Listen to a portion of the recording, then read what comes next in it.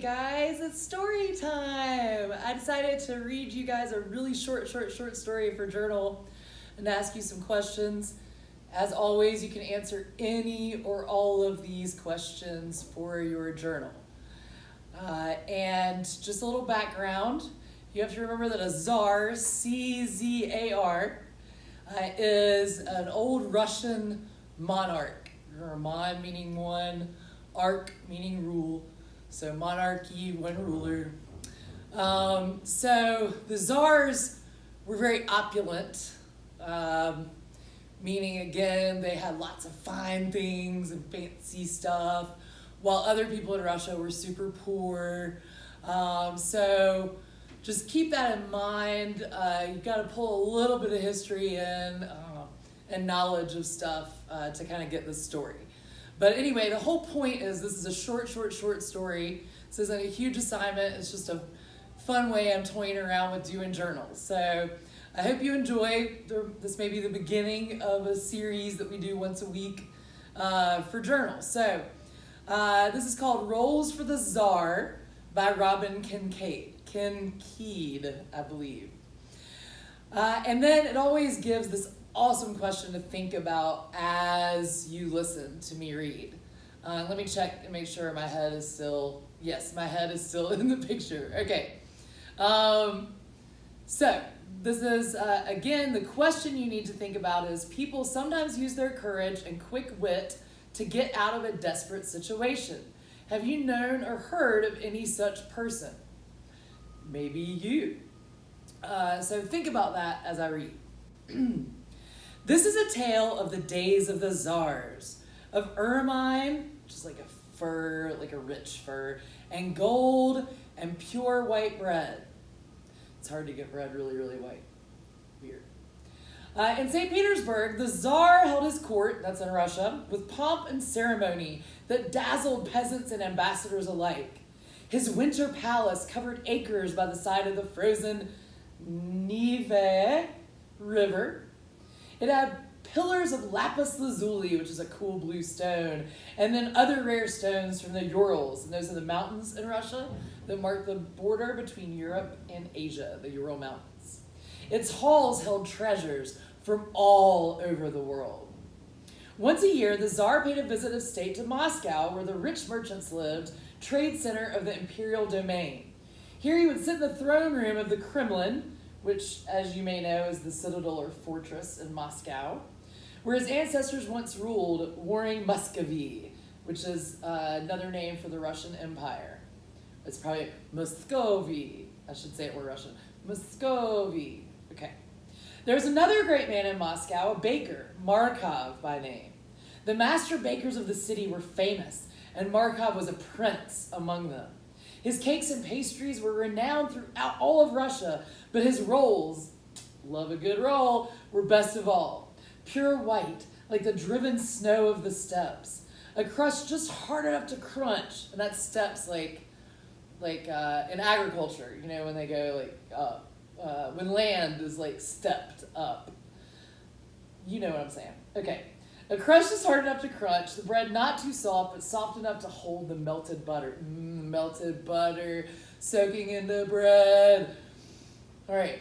Merchant princes from the gold rivers of Siberia, chieftains from the Caucasus Mountains in high fur hats, nobles from their feudal estates in the country all came to Moscow to eat Markov's rolls. So these are like famous, more famous than back in the day, Quincy's big fat yeast rolls. I don't know if y'all were alive when the Quincy's were around. There used to be one over near Biltmore Village, and they had the biggest, fattest, and most awesome yeast rolls. But think Ryan's, if you've ever been to a Ryan's or like one of those buffet places. Yeah. So Markov's rolls are famous, like that kind of famous. The Tsar himself is a mighty eater and especially fond of Markov's delicacies. So one day in February, when it came time for a visit to Moscow, he was thinking of Markov and his art, anticipating those rolls. His private car bore the imperial coat of arms. The rest of the train was filled with grand dukes, princes of the blood, and noble ladies. The railroad track ran straight as an arrow 500 miles through the snow, the white birch forests, and the pines. The train chuffed into the Moscow station, into a morning of sun and frost. You know how those mornings look. Usually you're excited too because they're calling off school, but anyway, so you've probably forgotten what that feels like now. But again, it was like sparkling, it's that sparkling frost. The sun sparkled on the gold domes of churches. It glittered on the, this is a big word, cuirasses. This is armor for the breast and back that the Russian soldiers used to wear. Super shiny armor. And it's cuirasses. And it's telling me it said like cuirasses, or I don't know. Anyway, just know cuirasses. It may even be like a little like that, but say it with a Russian accent, think it in your head. Well, anyway, the sun is sparkling on all of this stuff, right? All men of noble birth. Smoke rose straight up from the chimneys. Twin jets of steam snorted from the nostrils of the 3 horses of the Czar's troika, which I have heard that word before. It's a small carriage drawn by a team of 3 horses. It's a troika. It's especially popular, was back in the day in Russia.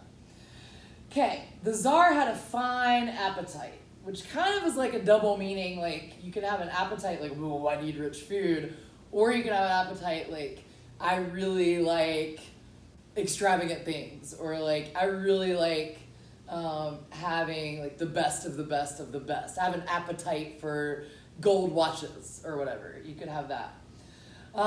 So the horse's hoofs kicked up gouts of snow, so like blah, big blobs of fluffy snow, as they galloped over the moat and through the gate into the through the Kremlin wall. The Tsar walked up the royal staircase, carpeted in red and lined with bowing servants, but he was still thinking of the rolls.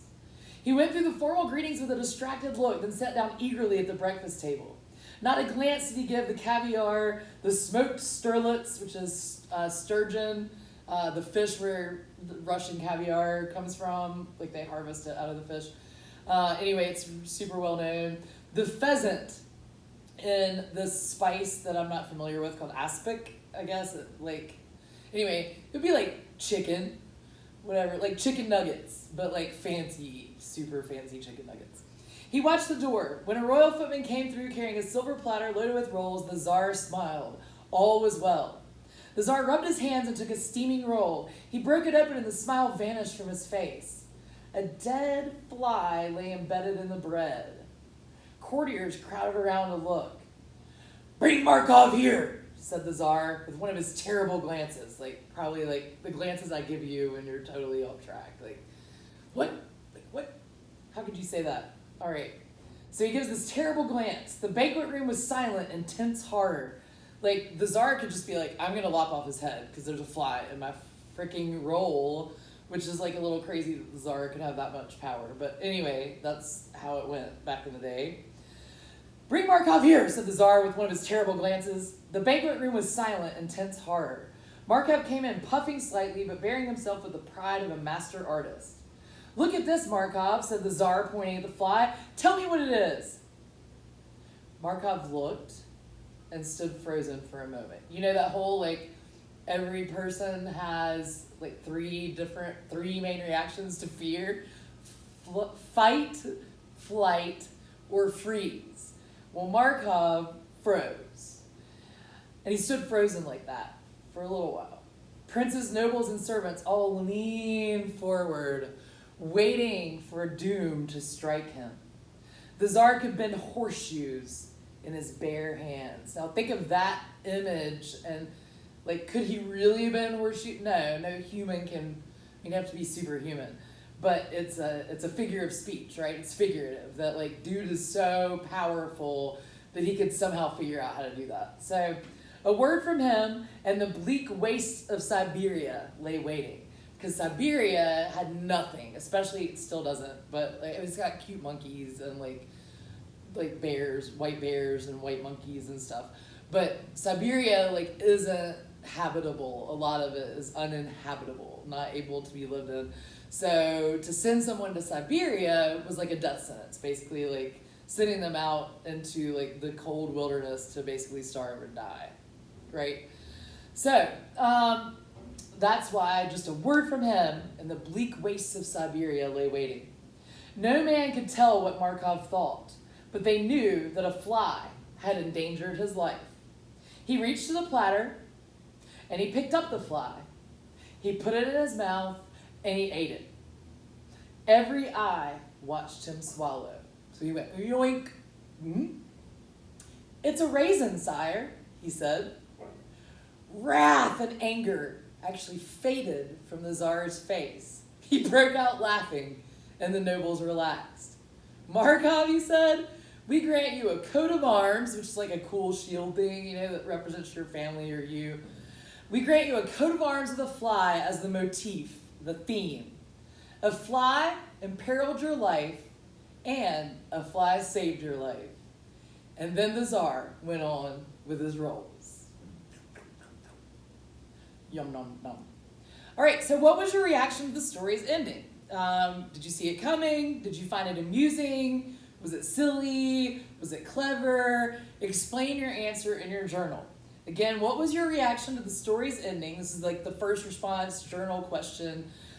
Did you find it amusing, silly, clever? Just make sure to explain your answer. And if you want to go farther, there's one more kind of talking it over, thinking about. This last and big one, you could talk about, these are 3 other questions. Actually, not just one. How does the story show that the Russian Tsar had unlimited power in his empire? Think about all the ways it talked about that. And then instead of punishing Markov, the Tsar rewards him. Why? What does the Tsar find so admirable in Markov? And or you can answer, is this story merely an entertaining anecdote? Which an anecdote is like a story that has some sort of moral kind of little lesson to it. But sometimes it's more about the fun of it. It doesn't go that deep. Or do you think this is a little deeper than that and reveals some insight into human nature? So those are I'll write, these questions are going to be written down as well, but those are your big questions about the story, roles for the Tsar, for your journal today. So thank you for joining me for reading time. This came from a book we haven't gotten to use much this semester yet, so I'm using it now. I hope everything finds you well. Thank you for joining me for story time. Hopefully the first in mini series if you enjoyed it and you like journal like this. All right, thank you guys. Much love. Miss you.